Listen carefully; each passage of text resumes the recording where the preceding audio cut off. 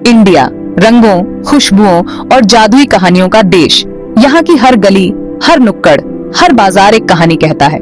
यहाँ की मिट्टी में बसी हैं अनगिनत कहानियां जो पीढ़ी दर पीढ़ी सुनाई जाती रही हैं। सदियों से कहानियां एक पीढ़ी से दूसरी पीढ़ी तक पहुंचती रही हैं, जैसे एक अनमोल धरोहर।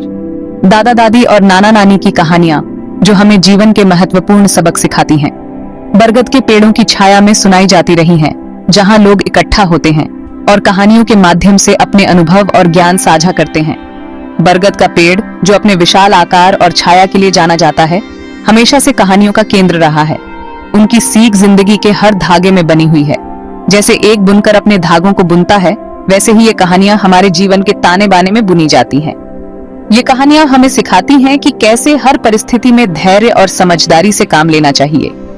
ये लोक कथाएं सरल लेकिन गहरी हमें जीवन, नैतिकता और मानव भावना के बारे में बहुमूल्य सबक सिखाती हैं। ये कहानियां हमें हमारे मूल्यों और परंपराओं से जोड़ती हैं और हमें याद दिलाती हैं कि सच्ची खुशी और संतोष कहां से आता है। ऐसी ही एक कहानी है आधा मुर्गा की। ये कहानी हमें सिखाती है कि कैसे एक छोटे से जीव में भी बड़ी समझदारी और साहस हो सकता है। आधा मुर्गा की कहानी जो हमें सिखाती है कि कैसे कठिन परिस्थितियों में भी हमें अपने आत्मविश्वास को बनाए रखना चाहिए। ये कहानी कई अन्य लोगों की तरह हमें याद दिलाती है कि सच्चा सुख भौतिक संपत्ति में नहीं, बल्कि संतोष और कृतज्ञता में है। ये कहानी हमें सिखाती है कि कैसे हमें अपने जीवन में छोटी छोटी चीजों में खुशी ढूंढनी चाहिए और हर परिस्थिति में आभारी रहना चाहिए। यह एक ऐसी कहानी है जो सदियों से लोगों के दिलों में बसती आ रही है और हर बार सुनने पर हमें कुछ नया सिखाती है। यह कहानी हमें हमारे अतीत से जोड़ती है और हमें हमारे भविष्य के लिए प्रेरित करती है। इसका संदेश आज भी उतना ही प्रासंगिक है जितना पहले था।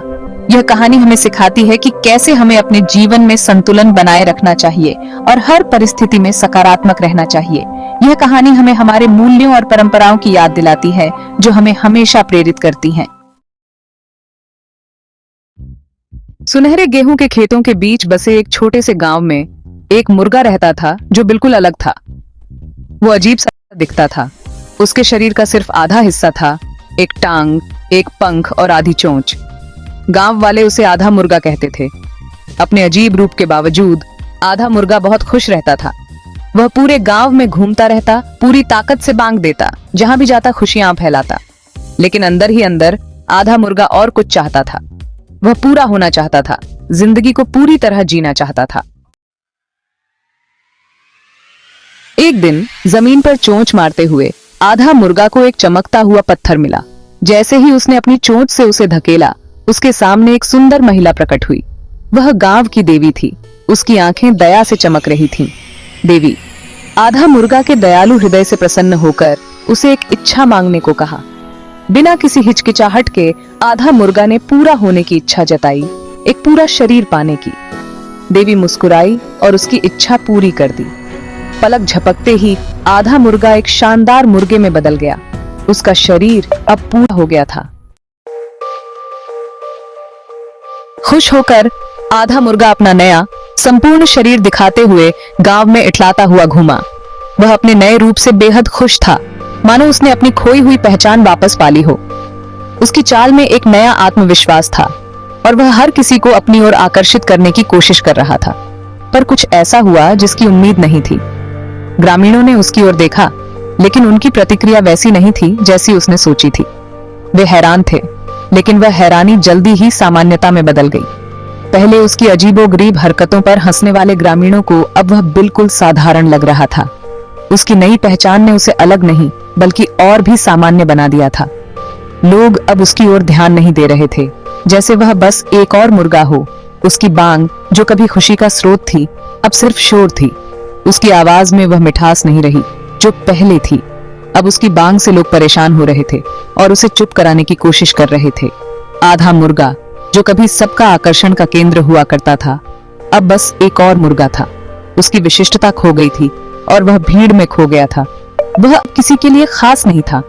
उसने महसूस किया कि पूरा होने से उसे वह खुशी नहीं मिली जिसकी उसे चाहत थी। वह सोचने लगा कि क्या उसने सही किया। उसकी नई पहचान ने उसे वह संतोष नहीं दिया जिसकी उसने उम्मीद की थी। वास्तव में वह पहले से कहीं अधिक खालीपन महसूस कर रहा था। उसकी आत्मा में एक अजीब सी उदासी थी और वह अपने पुराने दिनों को याद करने लगा। वह सोचने लगा कि क्या उसकी पुरानी पहचान ही उसकी सच्ची पहचान थी। उसे मुस्कुराहट, ध्यान, वह विशिष्टता याद आ रही थी जिसने उसे खास बनाया था। वह उन दिनों को याद कर रहा था जब लोग उसकी ओर देखते थे, उसकी हरकतों पर हंसते थे और उसे प्यार करते थे। अब वह बस एक साधारण मुर्गा था और उसकी आत्मा में एक गहरा खालीपन था। उलझन और निराशा में डूबे आधे मुर्गा ने गांव के सबसे बुजुर्ग निवासी एक बुद्धिमान बूढ़ी औरत से सलाह मांगी, जो अपनी समझदारी के लिए जानी जाती थी। उसने उसे अपनी इच्छा के बारे में बताया और कैसे यह उसे पहले से कहीं अधिक अधूरा महसूस करा रही थी। बूढ़ी औरत धैर्य से सुनती रही, उसकी आंखों में समझदारी झलक रही थी। उसने आधे मुर्गा को समझाया कि सच्चा सुख शारीरिक बनावट में नहीं, बल्कि खुद को स्वीकार करने में है। उसने उसे बताया कि उसकी खासियत ही उसकी ताकत थी, जो उसे सबसे अलग और प्यारा बनाती थी। बूढ़ी औरत की बातों पर विचार करते हुए आधा मुर्गा को समझ आने लगा। उसने महसूस किया कि वह एक भ्रम के पीछे भाग रहा था, पूर्णता की एक सतही इच्छा के पीछे। वह अपनी खुद की विशिष्टता की खूबसूरती की कद्र करने में विफल रहा था, उस प्यार को जो उसे अलग होने के लिए मिला था। भारी मन से आधा मुर्गा ने फिर से देवी को ढूंढने का फैसला किया। वह जानता था कि उसने गलती की है। उसने उस प्यार और स्वीकृति को जो उसके पास पहले से थी, उसे छोड़कर शारीरिक पूर्णता को चुना। वह वापस जाना चाहता था, अपना पुराना रूप पाना चाहता था। काफी खोजबीन के बाद आधा मुर्गा को फिर से वह चमकता हुआ पत्थर मिल गया। जैसे ही उसने उसे अपनी चोंच से छुआ, देवी उसके सामने प्रकट हुई। आंखों में आंसू लिए आधे मुर्गा ने अपना सारा हाल देवी को बता दिया।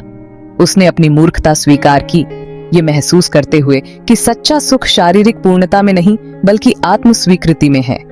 उसने देवी से उसे माफ करने और उसे वापस उसके पुराने रूप में बदलने की विनती की। देवी ने आधे मुर्गा की हार्दिक प्रार्थना को दयापूर्वक सुना। वह उसकी ईमानदारी और इस एहसास से प्रभावित हुई कि सच्चा सुख शारीरिक पूर्णता में नहीं, बल्कि आत्म स्वीकृति में है। एक मंद मुस्कान के साथ उसने उसकी इच्छा पूरी कर दी। एक गर्म रोशनी ने आधे मुर्गा को घेर लिया और वह वापस आधा मुर्गा बन गया। उसका शरीर एक बार फिर अद्वितीय और अलग था। आधा मुर्गा गांव लौट आया। उसका दिल कृतज्ञता से भर गया।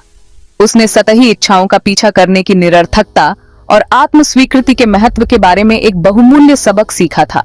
अपने प्यारे आधे मुर्गा को वापस देखकर ग्रामीण खुशी से झूम उठे। उन्हें उसकी हंसमुख बांग, उसकी अनोखी उपस्थिति की याद आ रही थी, जो उनके चेहरे पर मुस्कान लाती थी। आधा मुर्गा अब संतुष्ट होकर पूरे गांव में खुशियां फैलाता रहा। उसका आधा शरीर उसकी आत्मा की पूर्णता का प्रतीक था।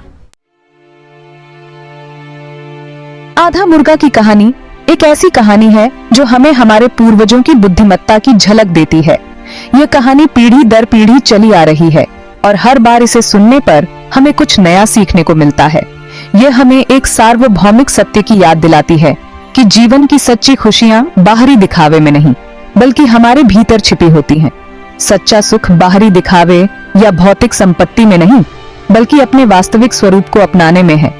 और यह हमें सिखाती है कि हमें अपनी खामियों को भी गले लगाना चाहिए, खामियों और सब कुछ के साथ। ये कहानी हमें यह भी सिखाती है कि हमारी खामियां ही हमें अनोखा बनाती हैं। यह हमें कृतज्ञता के महत्व, साधारण चीजों में खुशी खोजने और ये पहचानने की सीख देती है कि हमारी विशिष्टता ही हमें खास बनाती है। साधारण चीजों में खुशी खोजने और यह पहचानने की सीख देती है कि हमारी विशिष्टता ही हमें खास बनाती है। ये लोक कथाएं जो हमें हमारे पूर्वजों से विरासत में मिली हैं, हमें जीवन के सरल और सच्चे आनंद की याद दिलाती है और यह पहचानने की सीख देती है कि हमारी विशिष्टता ही हमें खास बनाती है। ये लोक कथाएं उन बरगद के पेड़ों की तरह जिनके नीचे ये सुनाई जाती हैं, समय की कसौटी पर खरी उतरती हैं। उन बरगद के पेड़ों की तरह जिनके नीचे ये सुनाई जाती हैं, समय की कसौटी पर खरी उतरती हैं और हमें यह सिखाती है कि जीवन की सच्ची खुशियां हमारे भीतर ही होती हैं, समय की कसौटी पर खरी उतरती हैं और इनकी सीख मानवीय अनुभव में गहराई से निहित है। ये कहानियां हमें यह भी सिखाती हैं कि हमें अपने आप को स्वीकार करना